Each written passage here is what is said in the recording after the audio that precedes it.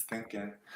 Hey, and we're live. Welcome back to Equal Time Soccer. I'm Mark Pavratsky, joined with my NSIC co-host Rachel Norton. Rachel, how are you doing? Riding a high of some Bemidji wins. How are you feeling now? Feeling good. I'm going over to Danny's tomorrow. Danny Nelson. We're going to watch the game at 10 a.m. I don't have work. I took work off. Just kidding. No, I don't have work. But we're excited. I'm excited to watch. So. Yeah, so it's been a fun postseason. We've been trying to cover the games in the NSIC tournament, and then now having Mankato and Bemidji make it to the NCAAs. And I was telling the Bemidji players before we started, they're the last Minnesota team in the tournament. So Equal Time is free to become a full Bemidji Homer podcast. The bandwagon is comfy. Jump in.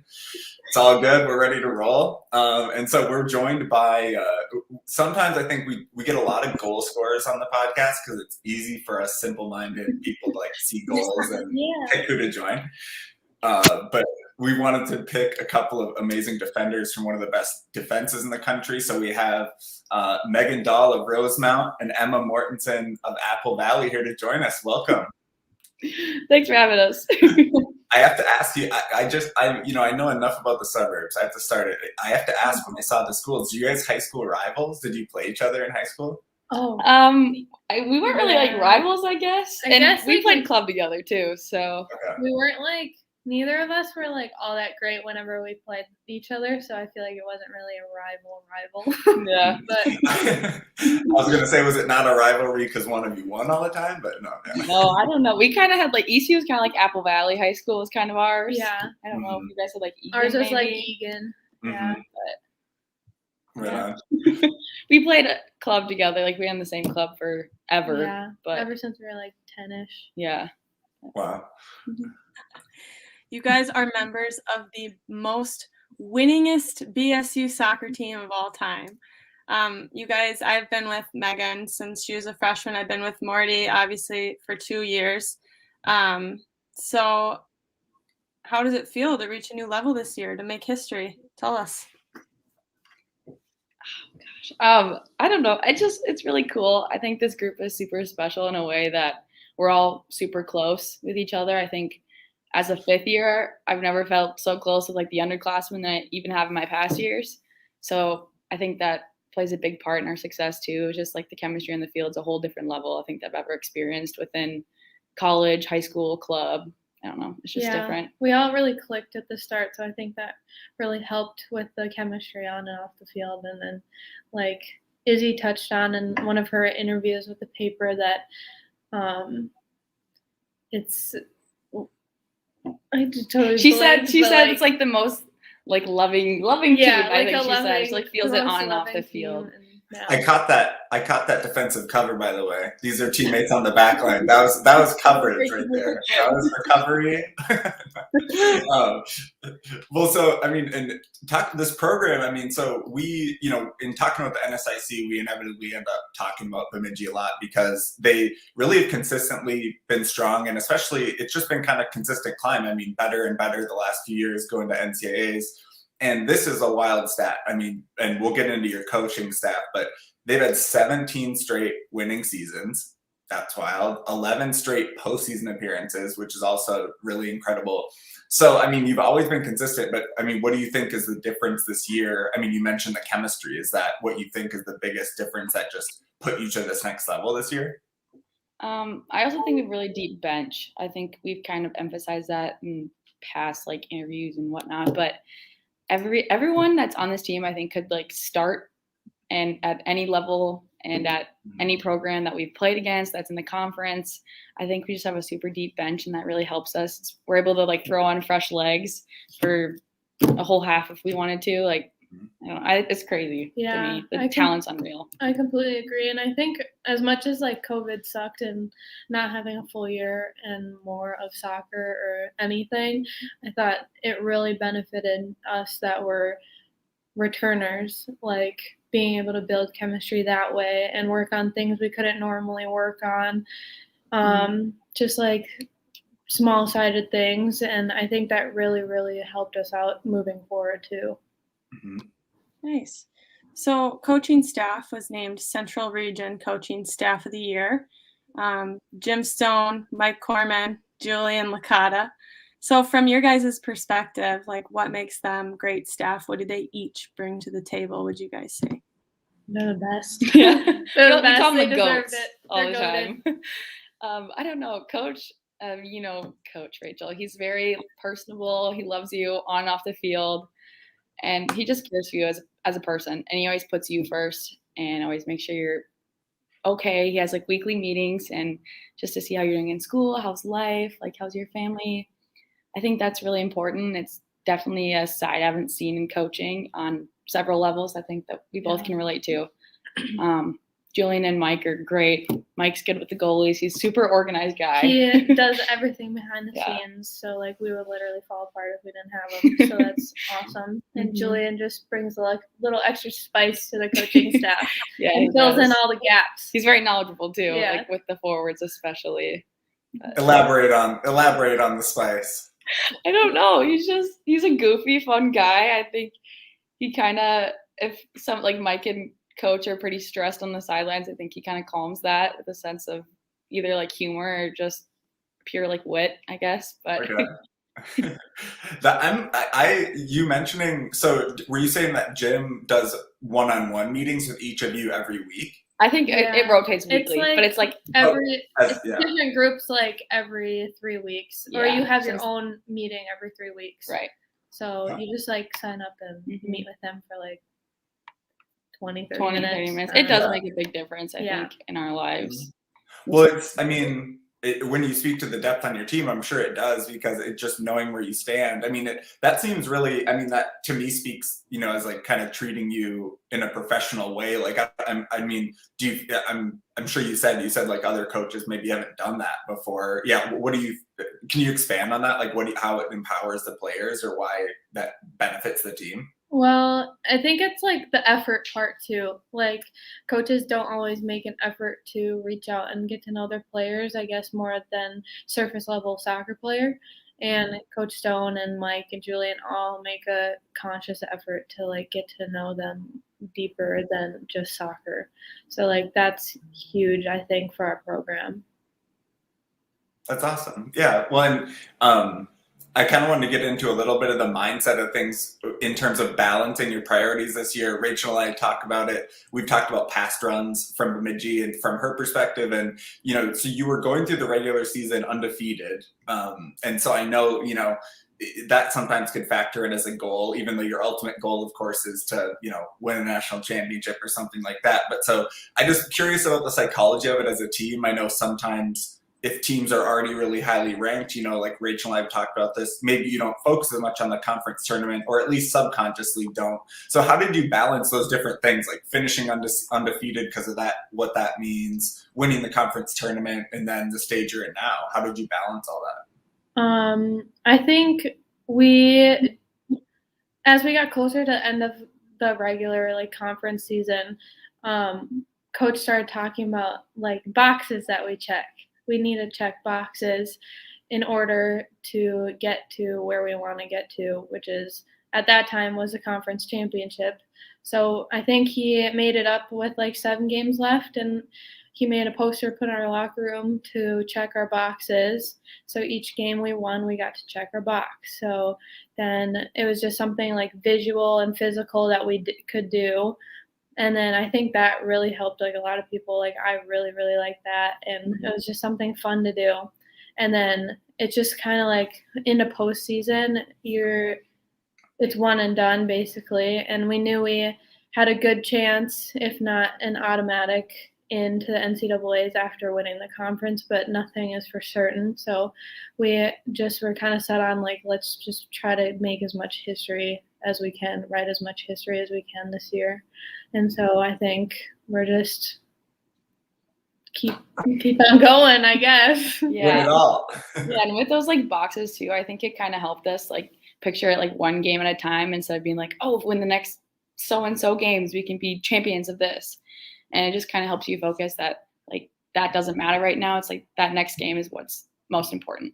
Mm-hmm. And so I think it kind of helped, like we just said, helped us immensely. So I can imagine do it like underclassmen helped them a lot too. But yeah, I would agree. And you guys making history, like I can't lie, I'm so jealous. Like I just sit at home and I'm like, I know. I'm like, it sucks being an alumni.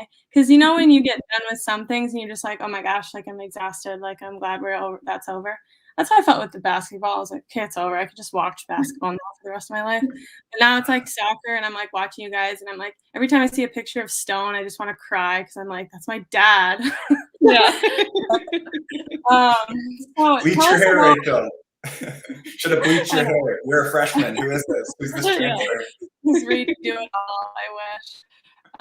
So tell us about like the NSIC tournament in Bemidji. Like the weather was so bad and like the temperature was just in the 20s, and I don't miss that at all. What was it like to host and play in that?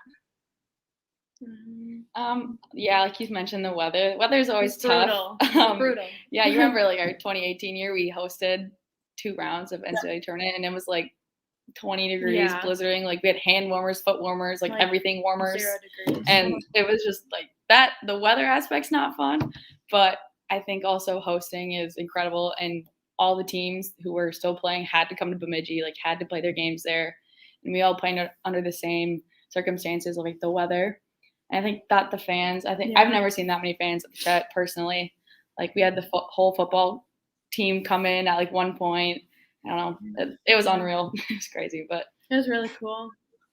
It was fun to watch, and I mean, we should say, I'm sure we have to give some thanks to. I kept seeing tweets about it. Was the baseball team who kept clearing the field? Yeah, they're awesome. They work so everything. much. Yeah, they'll shovel between halves, and they're our ball boys too. But yeah, they do a lot for us and other teams, so we're really grateful for them. Yeah, it was because I watched all those games, and I would see the pictures people would post of the fields, and then you'd see them cleaned. And I mean, maybe that's a benefit of turf. I don't know that you can even clear it better, but I mean, it looked pristine. I mean, so the only thing was the cold, and then I'm sure the turf must bounce weird, right? I mean, does the ball start to bounce different, or is it not cold enough for that? I think at that time it was getting like a little harder than like usual. So it gets a little bouncy, but it's more slick than anything. For sure. Yeah. Well, we're going to take a quick break. I need to read just an ad read from our sponsor, Pence Homes. This week's episode is brought to you by Pence Homes. Pence Homes, a real estate team with Keller Williams, and Matt, the founder of Equal Time, personally has experience working with Nate and Lydia when he sold and bought his home last fall. Nate has been a supporter of the local community, including as an owner of the Minnesota women's soccer team. Matt also enjoyed working with one of their preferred lenders, Angie Scherer, with Luminant Financing. If you have any house questions, whether selling, buying, need a furnace or flooring person, shoot them a message at pencehomes.com. Thank you, Nate. All right. So I want to ask you about continuing in the tournament, you made it to the final. So you played, it's 3 games in 5 days too, which is, in the college game, you're used to a lot of games, but 3 in 5 is pretty intense. A really entertaining game, but you end up losing 4-2.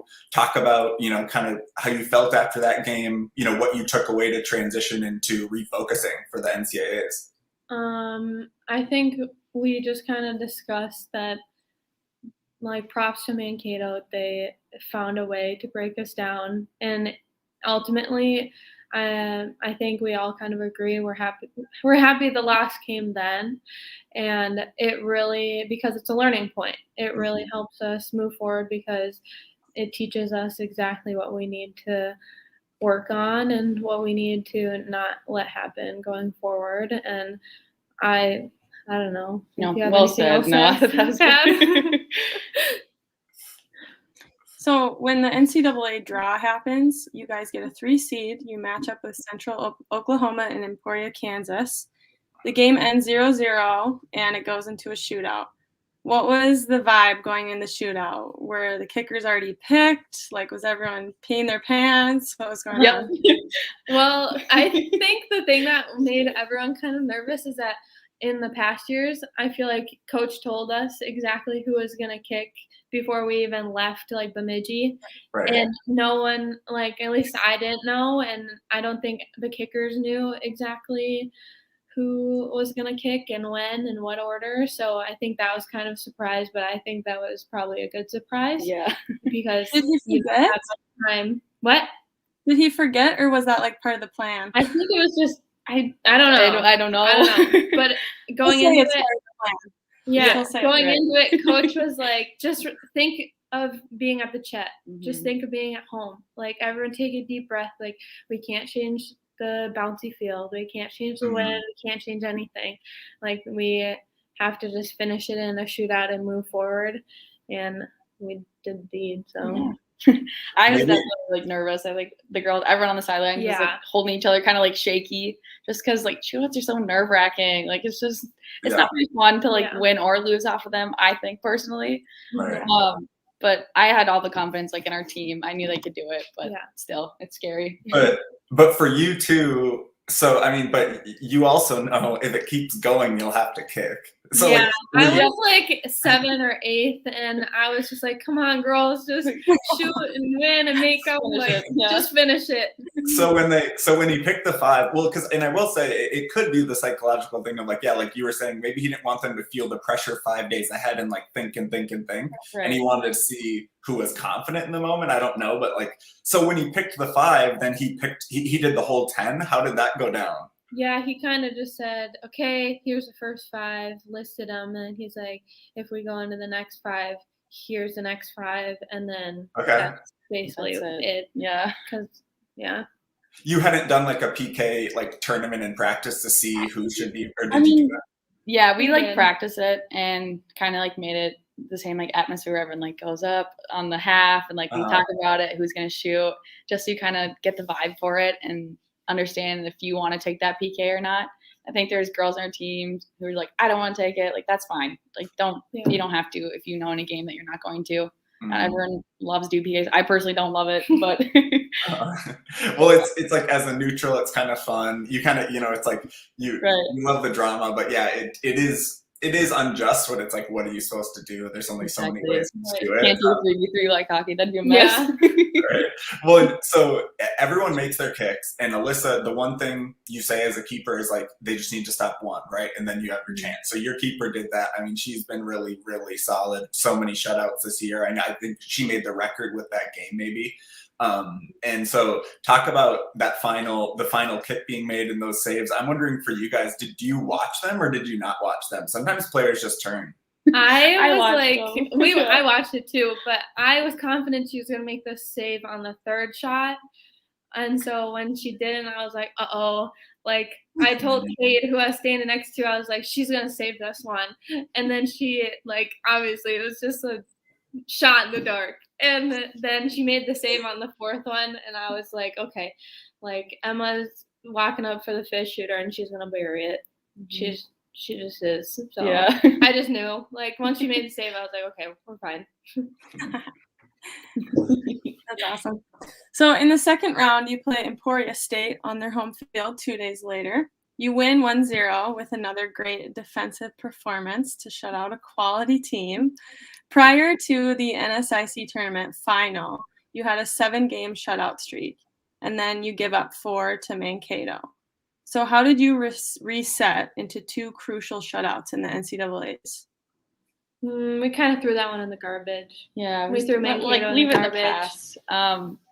We obviously like learn from it too, but I think it's important to just kind of look forward and just know what happened. You can't control, you can't change it. And like if we win like 2-1 through the whole entire NCAA tournament, it's still a win. And I mean, as long like we want to have shutouts, like that's the goal. Because if they don't score, you can't lose. But but at the same time, like if you win, you win. So and that's kind of just how a postseason kind of goes. And some teams can get really lucky that way too. But it's just going forward, we're like, okay, we just want to learn from our mistakes and move forward and just win. Right. Well, I mean, it's certainly your defense showing up. I mean, you can see in the comparison, and maybe it's too simple to think of, but Mankato relies a lot more on outscoring people, and you saw that when they got into a shootout, how dangerous that was with another team that could score a lot of goals. So that's the double-edged sword of I think they probably scored maybe a few more goals, knew that maybe not this year, but they gave up more. So yeah. And so the game-winning goal comes from a freshman. It was her first goal, and I have to say, credit to Lakeland TV. We've said this maybe, but Bemidji might be like one of the best covered D2 soccer teams because Lakeland is a great public TV station, and I was watching those videos just to kind of catch up on stuff. But there was an interview with Mariah goes on there, and that was her first goal. She has 3 assists on the year too. So I mean, just talk about that moment from her, what the team thought, and kind of like getting that much of an impact from a freshman. Yeah, I mean, she's so awesome. I love her. I think everyone just adores her. She's super selfless on the field and off the field. So I think there was one game too where we just kept wanting her to score. So we'd give her the ball, so keep going like for her. We call her Ninja. So if I call her Ninja, that's why. And we just keep pushing her the ball. And we're like, just go, like go score, because we just want her to like just do her thing too, and just let her have that goal, have her moment. And I think it was super special to have her score her first goal on that level. Incredible. And like she makes such an impact like in every game that it didn't feel like it was her first goal for me personally, because like in preseason she scored like a couple goals, and I don't know, it kind of just got lost in my brain somewhere, but it just really like she's such a presence and makes such an impact that like it was awesome. I was so happy for her to get a goal, and the only goal. Mm-hmm. Seriously, she'll remember that for the rest of her life. Like, what an awesome For thing. sure. So you guys have been traveling. Talk about the travel you've been doing the last 2 weeks. You went down to Kansas, back to Bemidji, to Michigan. There was a Twitter post about like a meal at someone's house. Whose house was that? Like, and I had to write this because the BSU compliance office has a Twitter account, and I don't know why. I would think they might advise people to not have Twitter as a compliance, but they have a Twitter account, and they tweeted you having a meal like in a garage. Yeah, was that like some? So we went down to Kansas. We bused because it's huge for us to bring everyone that we can possibly bring. And if we flew, it would kind of not allow that to happen. So we bused Kansas, which was a lovely 12 hours. And then we bused back and then got a break. And we bused all the way to Michigan, which was another around 12 hours. And so like both times on the way down, we stopped. And so on the way to Kansas, we stopped in Omaha and had a nice dinner and stayed in the night. And then on the way to Michigan, where we are now, we stopped in Elgin, Illinois, and stayed at a hotel near Megan Majewski's house. So it's her house. And so we had a meal there, which was cool because that was the first time we could have a meal at her house. And probably like one of the only times you'll go to Elgin during the season. But yeah, and our compliance guy, he came with us. Yeah, that was our admin. His name was Alex. That came with. Shout to the parents who prepared like spaghetti pasta, I'm guessing, or something. It was she went awesome. Off. It was like so right. She had like Popeye's chicken catered, and then she had like pasta, salad, 25 different desserts. And I was like, girl, you do this all yourself. Yeah. Like it was great. And then she had like a game. Yeah, and then she had a game for us, and it was just super fun. Yeah. Wow. And shout out to anyone who's donating to the BSU athletics. These teams work on a budget. They're doing it. Look, they're not. This money's going to good value. So that's good. That's funny. That's great though. That's kind of fun to get to go see when you stay in hotels and stuff. It is fun to go see like your teammates' parents and stuff. It is fun. And see like we're always like, can we see love your room? it. Like you just let them see we like right. Go up, you know. Yeah, it's kind of it's a lot of people to bring home. Not since like my grad party did I bring 20 years to my house. Yeah. That's funny. Well, so next up, so you're in Michigan now. So that's thank you for joining us because your game is tomorrow morning. Mm-hmm. And so you're playing Central Missouri. We were talking about they beat Mankato 4-3 in a pretty wild game in their side of the bracket. They're the number 1 seed in the Central region. What's it going to take to beat them tomorrow? How do you continue the streak? Just business as usual, I guess. You know, you mentioned shutouts. We'd have to have a super solid defensive line as they're really talented offensively. They've scored lots of goals, had a lot of success this year. We're just got to continue that. I think if we show up and play our game and play Beaver soccer, we have a really good shot at challenging this team. So we're really excited. Yeah, it's really exciting. Business as usual. Yeah. Yes. So when I was there too, we did that thing where we write on our hands like words with Sharpie. And I see that Micah from the Bemidji Pioneer wrote about that tradition, where you write motivational words in your hands and Sharpie before the game. Can you just share a little bit about what that is and like what that means and stuff? What game was it? I think I texted one game or something. I think it might have been Minot. Yeah. And I That's said, if you have Sharpies, bring Sharpies, please, or some game close to the end of the regular season. And I was like, bring Sharpies. I want you guys to write like some like confident words or like words that you need of encouragement on yourself. And because I remember we did that before, and then we started writing boxes on ourselves so we could check the box off immediately. And then just like it just started expanding, and people were writing on their stomachs and just everywhere. Usual girls taking it one step further. Yeah. So that's just been something we've been doing, and I think we've just continued it every single game since that game. Yeah. Which is really fun. Is it all self-motivation or is there intimidation of what you write for the opponent? No, I think it's just someone. Yeah, I think for the most part, I don't want to know, but I have to say, I thought it was really funny that the guys on the football team where I went to college in Morris, you know, the eye black that they do? Oh, guys would go all out with that. And the guy, it was really funny, would just do a whole beard, a Santa beard. Oh my gosh. And honestly, it was funny, but I bet it was distracting. No, it probably was. I should just like, yeah. What did you guys? Are you willing to say what you guys wrote? What you've written? Yeah, I always do like a box for one. Even like now, I'll probably still do the same thing tomorrow. And then we write. Our theme this year was trust, so I write that too. And then I write have a little cross in there. Yeah, I do cross. I used to do trust, but I got it tattooed on me last She did year. that before. Yeah, before that was the theme. And then Destiny. Yeah, I do like believe sometimes. I guess it kind of changes, like whatever word I need that day. LFG is always a good one. Right. Yeah, for sure. That's what I mean, because it might, you know, I would have thought like, yeah, like if you're a defender, it might be like, you know, something about like crushing tackle or like run through them or something, you know. I write that once in a while, but don't worry. Well, yeah. I have a good one for tomorrow, but okay. Well, on the stream, I'll see what type of zooming we can get going. Just zoom on our hand. Hold my hand up like this before. Yeah, hold your hand. Yeah, well, when you score, you know, find whatever camera there and go to the camera. Yeah, I write Mark. But so one last question before we go, and we'll give people the info on the stream tomorrow. But I'm going to ask you both. Just we always like to ask about the college towns. Like, what is your favorite place to eat or place to go in Bemidji? You know, whether it could be a store you just like to shop at too. I guess there's some cute downtown's kind of, you know, Bemidji has some stuff going on. Yeah, I guess shopping, Yellow Umbrella's cute. Yeah, Rachel I was gonna say Yellow Umbrella. Food's good stuff. You would think Bemidji has a lot of good food.